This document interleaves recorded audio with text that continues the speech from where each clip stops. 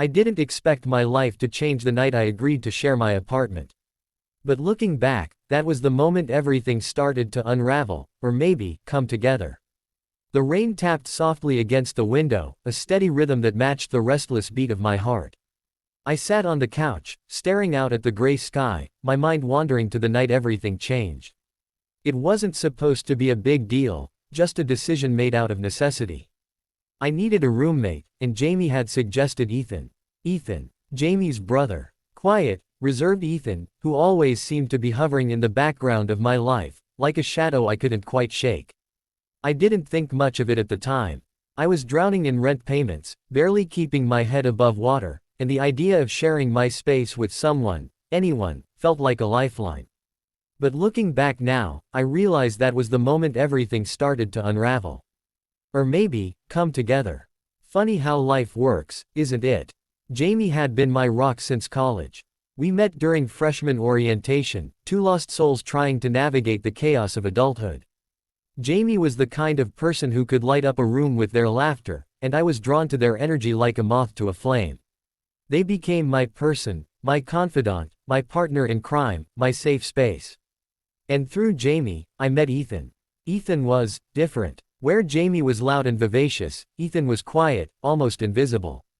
He was always there, though, lingering in the background, watching me with those piercing blue eyes that seemed to see straight through me. I never thought much about it, not then. He was just Jamie's brother, the guy who showed up at family gatherings and occasionally tagged along on our adventures. But there was something about him, something I couldn't quite put my finger on. Maybe it was the way he always seemed to know exactly what to say to make me feel seen. Or the way his gaze would linger on me a little too long, like he was trying to memorize every detail. The night Ethan moved in, I was a bundle of nerves. I'd spent the entire day cleaning the apartment, rearranging furniture, and trying to convince myself that this was a good idea. When the doorbell rang, I took a deep breath and opened the door to find Ethan standing there, a duffel bag slung over his shoulder and a hesitant smile on his face. "Hey," he said, his voice soft, almost shy. "Hey," I replied, stepping aside to let him in. "Welcome to your new home." As he walked past me, I caught a whiff of his cologne, something warm and woodsy that made my stomach do a little flip. I shook the feeling off, telling myself it was just nerves. This was Ethan, after all. Jamie's brother. My new roommate. Nothing more. But as I watched him unpack his things, carefully placing his books on the shelf and hanging his clothes in the closet, I couldn't shake the feeling that my life was about to change in ways I couldn't predict. There was something about the way he moved, so deliberate and calm, that made me feel unsettled. Or maybe it was the way he looked at me when he thought I wasn't paying attention, his eyes filled with something I couldn't quite name. That night, as I lay in bed, listening to the sound of the rain and the faint hum of Ethan moving around in the next room, I couldn't help but wonder what I'd gotten myself into. Little did I know, that was just the beginning. Living with Ethan was different. He was quiet, but his presence filled the space in ways I didn't expect. It wasn't just the way he moved through the apartment, always careful not to disturb me, or the way he'd make coffee for me in the morning without being asked. It was the little things, the way he'd leave a book I'd mentioned wanting to read on the kitchen counter, or how he'd always remember to turn off the lights in the living room before bed. He was considerate in a way that made me feel cared for. And that was new. At first, I tried to brush it off. He was just being a good roommate, right? That's what I told myself as I sipped the coffee he'd made for me one morning, the rich aroma filling the kitchen. But then I caught him looking at me over the rim of his mug, his blue eyes soft and unreadable, and I felt that familiar flutter in my chest. I quickly looked away, pretending to be engrossed in the morning news, but the moment lingered in my mind long after he'd left for work. It wasn't just the coffee, though. It was the way he'd listen to me ramble about my day, his full attention on me like I was the only person in the world. It was the way he'd laugh at my terrible jokes, his smile lighting up his face in a way that made my stomach do somersaults. And it was the way he'd always seem to know when I needed space, disappearing into his room without a word, only to reappear later with a plate of cookies or a cup of tea. But it wasn't all easy. There were moments when the tension between us felt almost unbearable, like the air was thick with something unspoken. Like the time we were watching a movie together, sitting on opposite ends of the couch, the space between us feeling both too close and too far. I could feel his eyes on me, but every time I glanced over, he was focused on the screen, his expression unreadable. I told myself I was imagining things, but then I caught him looking at me, his gaze so intense it took my breath away. I quickly looked back at the screen, my heart racing. And then there were the flashbacks, moments from the past that I couldn't seem to shake. Like the time at Jamie's birthday party a few years ago, when Ethan had been standing in the corner, watching me with that same unreadable expression. Or the time we'd gone hiking together, just the two of us, and he'd reached out to steady me when I stumbled, his hand lingering on my arm a little too long. At the time, I'd brushed it off, but now, those moments took on a new meaning. One night, after a particularly long day at work, I came home to find Ethan in the kitchen, cooking dinner. The smell of garlic and herbs filled the air, and I felt my shoulders relax for the first time all day. "Hey," he said, glancing over his shoulder with a smile. "I figured you'd be hungry." "You figured right," I replied, leaning against the counter and watching him work. He moved with a quiet confidence, his hands steady as he chopped vegetables and stirred the pot on the stove. It was mesmerizing, and I found myself staring, my mind wandering to places it shouldn't. "You're staring," he said, his voice teasing but his eyes serious. "Sorry," I muttered, feeling my cheeks heat up. I didn't know you could cook." He chuckled, a low, warm sound that sent a shiver down my spine. "There's a lot you don't know about me, Alex." The way he said my name, soft, almost like a caress, made my breath catch. I opened my mouth to respond, but no words came out. Instead, I just stood there, staring at him, my heart pounding in my chest. He turned back to the stove, breaking the moment, but the tension lingered, thick and heavy in the air. We ate dinner in silence, the only sound the clink of forks against plates and the hum of the refrigerator. But even in the silence, I could feel his presence, like a weight pressing against my chest. Later, as I lay in bed, staring at the ceiling, I couldn't shake the feeling that something had shifted between us. Something I couldn't quite name, but that felt both terrifying and exhilarating all at once. It started with a fight. A stupid, meaningless fight that somehow felt like the most important argument of my life. Looking back, I can't even remember what it was about. Something trivial, like who forgot to take out the trash or left the dishes in the sink. But at the time, it felt like the world was ending. "You're so careless, Alex," Ethan snapped, his voice sharp and uncharacteristically harsh. "Do you ever think about anyone but yourself?" The words stung more than they should have, and I felt my temper flare. "Oh, I'm the careless one. That's rich, coming from you. You're the one who's always lurking around, watching me like some kind of creep." As soon as the words left my mouth, I regretted them. Ethan's face fell, his expression shifting from anger to something much more vulnerable. He took a step back, his shoulders slumping, and for a moment, he looked so much like the quiet, reserved Ethan I'd always known that it broke my heart. "I'm not lurking," he said quietly, his voice barely above a whisper. "I'm just trying to figure you out." The fight fizzled out after that, leaving us standing in the middle of the living room, the air thick with tension and unspoken words. I wanted to say something, anything, to take back what I'd said, but the words caught in my throat. Instead, I turned on my heel and stormed off to my room, slamming the door behind me. I lay on my bed, staring at the ceiling, my mind racing. Why had I said that? Why had I lashed out at him like that? The truth was, I knew exactly why. It wasn't about the trash or the dishes. It was about the way he looked at me, the way he made me feel, and the way I was starting to feel about him. It was all too much, and I didn't know how to handle it. The next day, Jamie came over. They breezed into the apartment like a ray of sunshine, their laughter filling the space and chasing away some of the tension. But even Jamie couldn't completely dispel the awkwardness between Ethan and me. We moved around each other like strangers, avoiding eye contact and speaking only when necessary. "What's going on with you two?"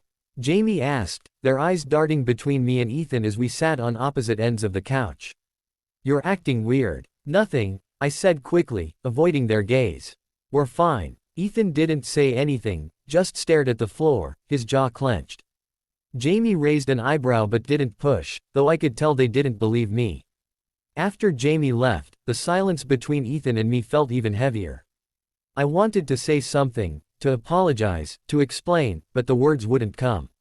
Instead, I busied myself with cleaning the apartment, scrubbing the counters and vacuuming the floors until my hands were raw and my mind was numb. That night, as I lay in bed, I replayed the fight over and over in my head.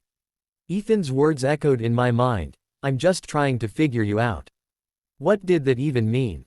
What was there to figure out? I was just me, messy, complicated, and hopelessly confused. But deep down, I knew the truth. I was scared. Scared of what I was starting to feel for Ethan, scared of what it might mean for my friendship with Jamie, and scared of what might happen if I let myself fall for him. Because the truth was, I was falling. And I didn't know how to stop. It happened on a rainy night, the kind of night that feels like it's holding its breath.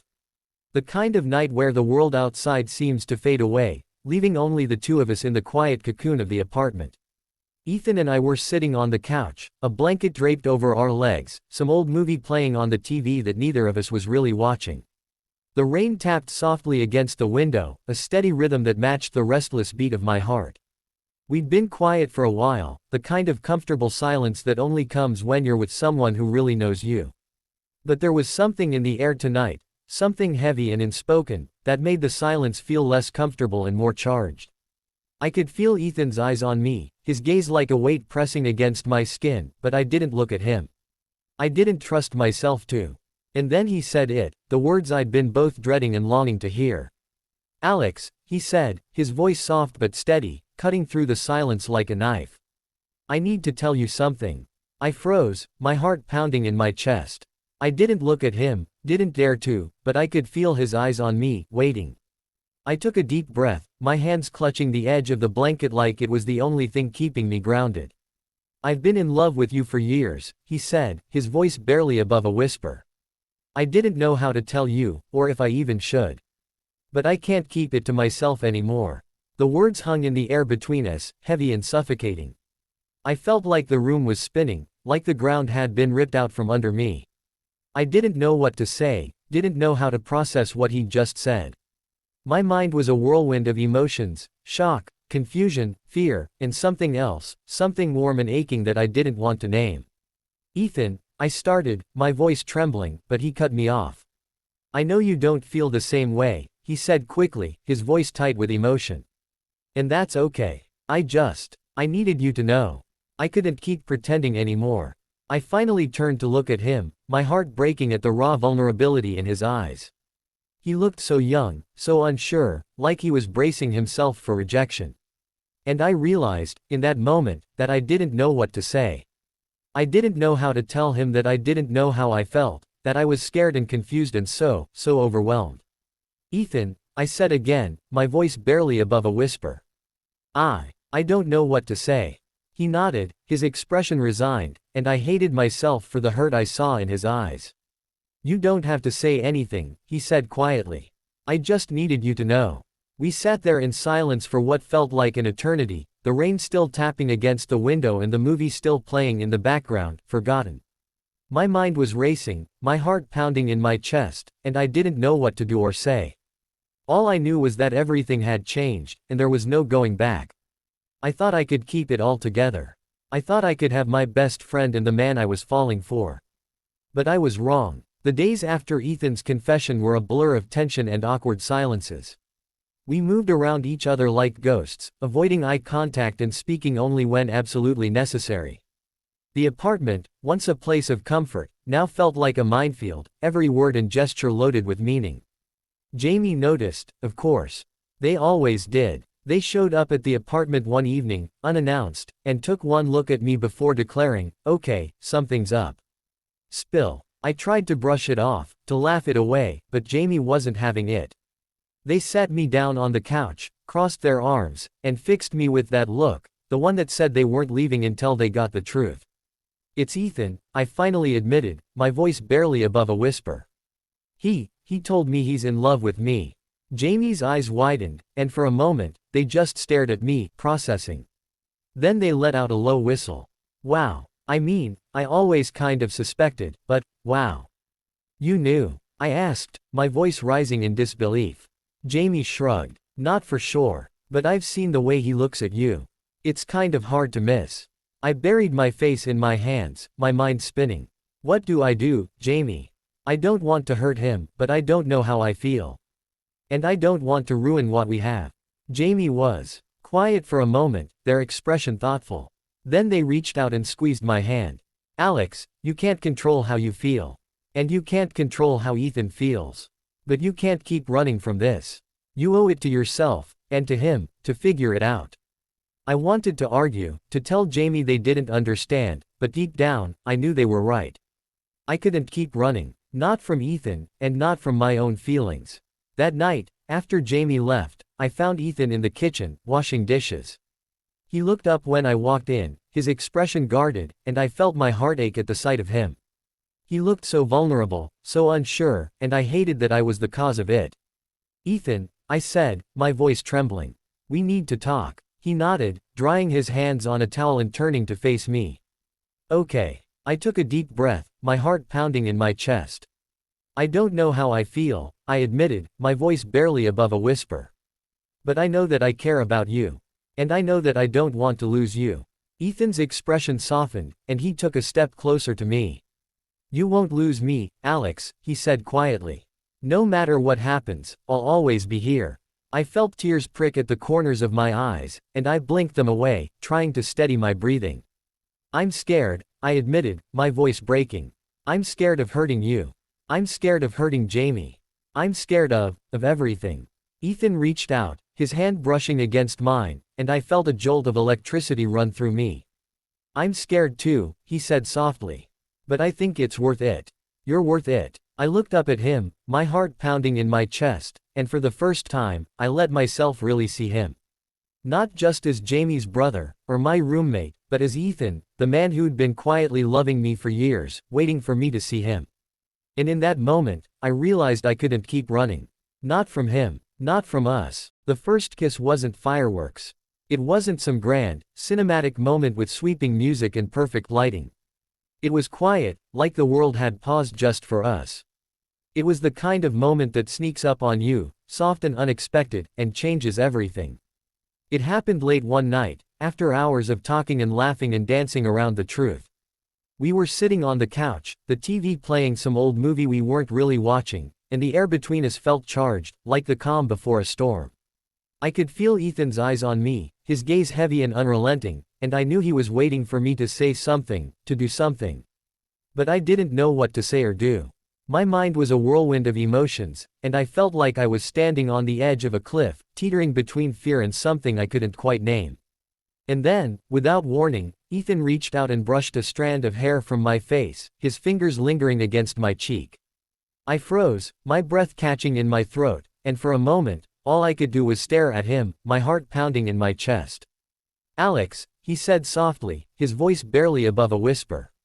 Can I? I didn't let him finish. I didn't need to. I leaned in, closing the distance between us, and pressed my lips to his. It was tentative at first, a question more than a statement, but then Ethan's hand slid to the back of my neck, pulling me closer, and the kiss deepened. It was warm and soft and achingly familiar, like coming home after a long journey, and I felt something inside me shift, like a puzzle piece clicking into place.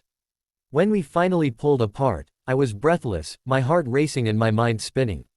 Ethan's eyes searched mine, his expression a mix of hope and uncertainty, and I felt a lump form in my throat. I've wanted to do that for so long, he admitted, his voice trembling. I didn't know if you wanted it too. I didn't know what to say. My mind was still reeling, my emotions a tangled mess, but one thing was clear, I couldn't keep running. Not from him, and not from this. I don't know what this means, I said finally, my voice barely above a whisper. But I know I don't want to stop. Ethan's expression softened, and he reached out to take my hand, his fingers intertwining with mine. We don't have to figure it all out right now, he said quietly. We can take it slow. One step at a time. I nodded, my throat tight with emotion, and leaned my head against his shoulder. For the first time in what felt like forever, I felt a sense of peace, like the storm inside me had finally calmed. But even as I sat there, wrapped in Ethan's warmth, I couldn't shake the feeling that everything had changed. That there was no going back. And for the first time, I didn't want to. Not everyone was happy for us. And the fallout was worse than I'd imagined. It started with Jamie, of course. They were the first to notice the shift between Ethan and me, the way we moved around each other now, the way our eyes lingered a little too long, the way our hands brushed in passing. At first, they didn't say anything, but I could see the questions in their eyes, the uncertainty. And then, one day, they finally asked, "Are you and Ethan?" Jamie trailed off, their voice hesitant, but the question hung in the air between us, heavy and unspoken. I took a deep breath, my heart pounding in my chest, and nodded. "Yeah," I said quietly. "We are." Jamie's expression was unreadable, a mix of emotions I couldn't quite place. They didn't say anything at first, just stared at me, and I felt a lump form in my throat.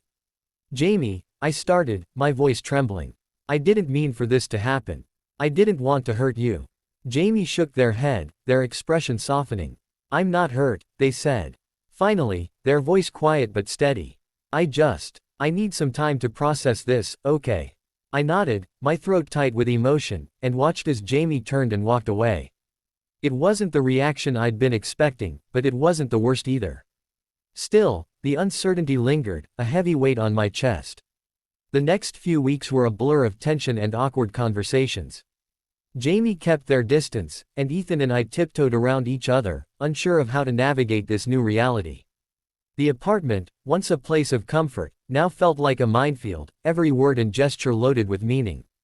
And then there were the others, friends, family, people who didn't understand and didn't hesitate to make their opinions known. I lost count of the number of times I heard the same questions, the same judgments. "Isn't that a little weird?" One friend asked, their tone laced with disapproval. "What about Jamie? Don't you think this is going to hurt them?" Another said, their expression full of concern. I tried to brush it off, to tell myself that it didn't matter what anyone else thought, but the words stung more than I wanted to admit. I felt like I was constantly on the defensive, trying to justify something that didn't need justifying. Ethan, for his part, was a rock. He didn't care what anyone else thought, and he made that clear every time someone tried to insert themselves into our relationship. "This is about us," he said one night, his voice firm but gentle. "Not them. We don't owe anyone an explanation." His words were a comfort, but they didn't erase the tension that hung over us like a dark cloud. I could feel the strain in our relationship, the way the outside world was slowly creeping in, and I didn't know how to stop it. One night, after a particularly difficult day, I found myself standing in the kitchen, staring out the window at the rain. Ethan came up behind me, his arms wrapping around my waist, and I leaned back into him, letting out a shaky breath. "We'll get through this," he said softly, his lips brushing against my ear. "Together." I nodded, my throat tight with emotion, and turned to face him. "I'm scared," I admitted, my voice barely above a whisper. "I'm scared of losing you. I'm scared of losing Jamie. I'm scared of everything." Ethan's expression softened, and he reached up to brush a tear from my cheek. "I'm scared too," he said quietly. "But we'll figure it out. One step at a time." I leaned into his touch, my heart aching with the weight of everything we were carrying. But even as the storm raged around us, I felt a sense of peace, like we were anchored to each other, no matter what. He proposed on a random Tuesday. No grand gesture, no fanfare, just us, in our little world. It was late, the kind of late where the world feels still and quiet, like it's holding its breath. We were sitting on the couch, the TV playing some old movie we weren't really watching, and the air between us felt warm and familiar, like it always did. Ethan had been quiet all evening, his thoughts clearly somewhere else, but I didn't push. I just let him be, content to sit in the comfortable silence we'd built together. And then, out of nowhere, he turned to me, his expression serious but soft, and said, "Alex, I need to tell you something." I froze, my heart skipping a beat. There was something in his voice, something heavy and unspoken, that made my stomach twist with anticipation. "Okay," I said slowly, turning to face him. "What is it?" Ethan took a deep breath, his eyes searching mine, and then he reached into his pocket and pulled out a small, velvet box. My breath caught in my throat, and for a moment, all I could do was stare at him, my mind racing. "I know this isn't some big, romantic moment," he said, his voice trembling slightly. "And I know we've been through a lot. But I love you, Alex. I've loved you for years, and I want to spend the rest of my life with you. Will you marry me? The words hung in the air between us, heavy and suffocating, and I felt like the room was spinning. My mind was a whirlwind of emotions, shock, joy, fear, and something else, something warm and aching that I couldn't quite name. I looked at Ethan, at the hope and vulnerability in his eyes, and felt tears prick at the corners of my own. Ethan, I started, my voice trembling. I don't know what to say. He nodded, his expression resigned, and I hated myself for the hurt I saw in his eyes. You don't have to say anything, he said quietly. I just needed you to know. I shook my head, my heart pounding in my chest. No, that's not what I meant, I said quickly, reaching out to take his hand. I'm scared. I'm scared of what this means, of what it might change. But I know I don't want to lose you. I know I want to be with you, no matter what. Ethan's expression softened, and he reached out to brush a tear from my cheek. We don't have to figure it all out right now, he said quietly. We can take it slow. One step at a time. I nodded, my throat tight with emotion, and leaned my head against his shoulder. For the first time in what felt like forever, I felt a sense of peace, like the storm inside me had finally calmed. But even as I sat there, wrapped in Ethan's warmth, I couldn't shake the feeling that everything had changed. That there was no going back. And for the first time, I didn't want to. The day I married my best friend's brother was the day I finally let myself be happy. It wasn't a grand, elaborate affair, just a small gathering of the people who mattered most to us. The ceremony was held in a little garden, the kind of place that felt like it had been plucked straight out of a storybook. The sun was shining, the air was warm, and the flowers were in full bloom, their colors vibrant and alive. It was perfect. I stood at the end of the aisle, my heart pounding in my chest, and watched as Ethan walked toward me. He looked so handsome, so sure, and I felt a lump form in my throat as I realized how far we'd come. There had been so many moments when I thought we wouldn't make it, when the weight of everything felt too heavy to carry. But here we were, standing on the edge of forever, and I couldn't imagine being anywhere else. Jamie was by my side, their arm linked with mine, and I could feel the warmth of their support radiating through me. They had been my rock through all of this, my constant in a world that felt like it was constantly shifting. And now, as they walked me down the aisle, I felt a surge of gratitude for everything they had done to get us here. When I reached Ethan, he took my hands in his eyes searching mine, and I felt a wave of emotion crash over me. This was it. This was the moment we had been working toward, the moment we had fought for. And as we stood there, surrounded by the people we loved, I felt a sense of peace settle over me, like everything had finally fallen into place. The ceremony was short but sweet, filled with laughter and tears and moments that I knew I would carry with me for the rest of my life.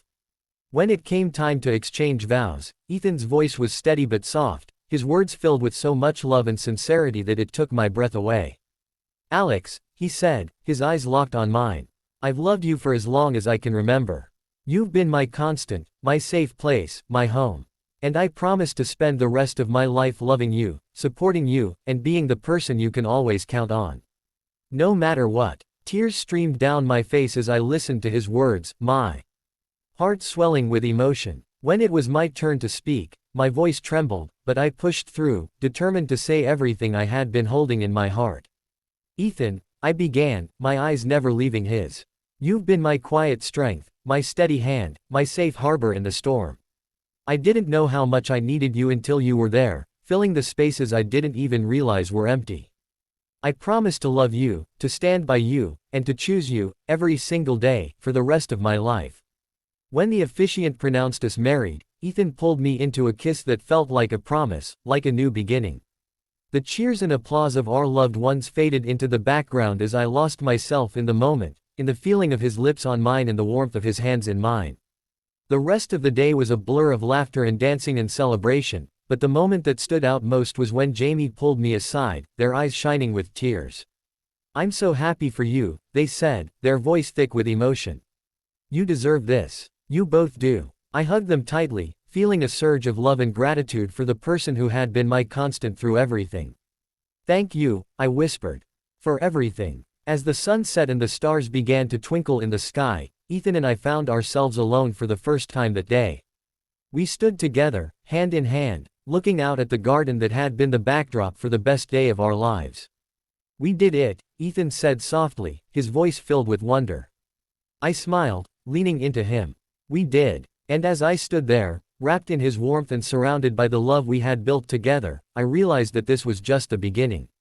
There would be challenges ahead, moments of doubt and fear, but I knew we would face them together. Because that's what we did. That's who we were. Life after I do wasn't perfect.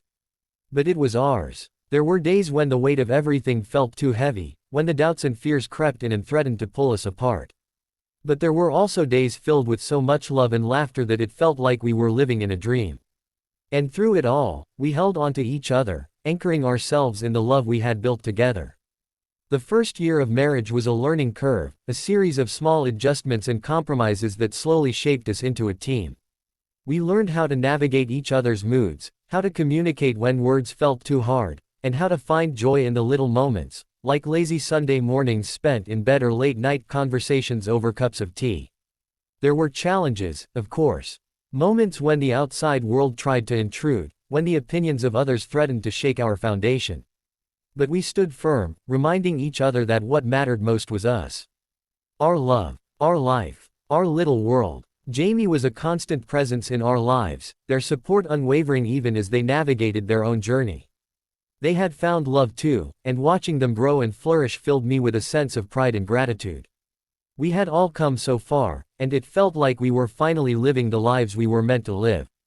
One evening, as Ethan and I sat on the couch, the TV playing softly in the background, I found myself reflecting on everything we had been through. The fights, the tears, the moments of doubt, they all felt like distant memories, overshadowed by the love and joy that had filled the spaces in between. "Do you ever think about how far we've come?" I asked, my voice soft but filled with wonder. Ethan turned to me, his expression thoughtful. "All the time," he said, his voice warm. "Sometimes I can't believe we made it here. But then I look at you, and it all makes sense." I smiled, leaning into him. "It does, doesn't it?" He nodded, his arm wrapping around my shoulders. "It does." As I sat there, wrapped in his warmth and surrounded by the life we had built together, I felt a sense of peace settle over me. This was our story, messy, complicated, and imperfect, but ours. And I wouldn't have it any other way.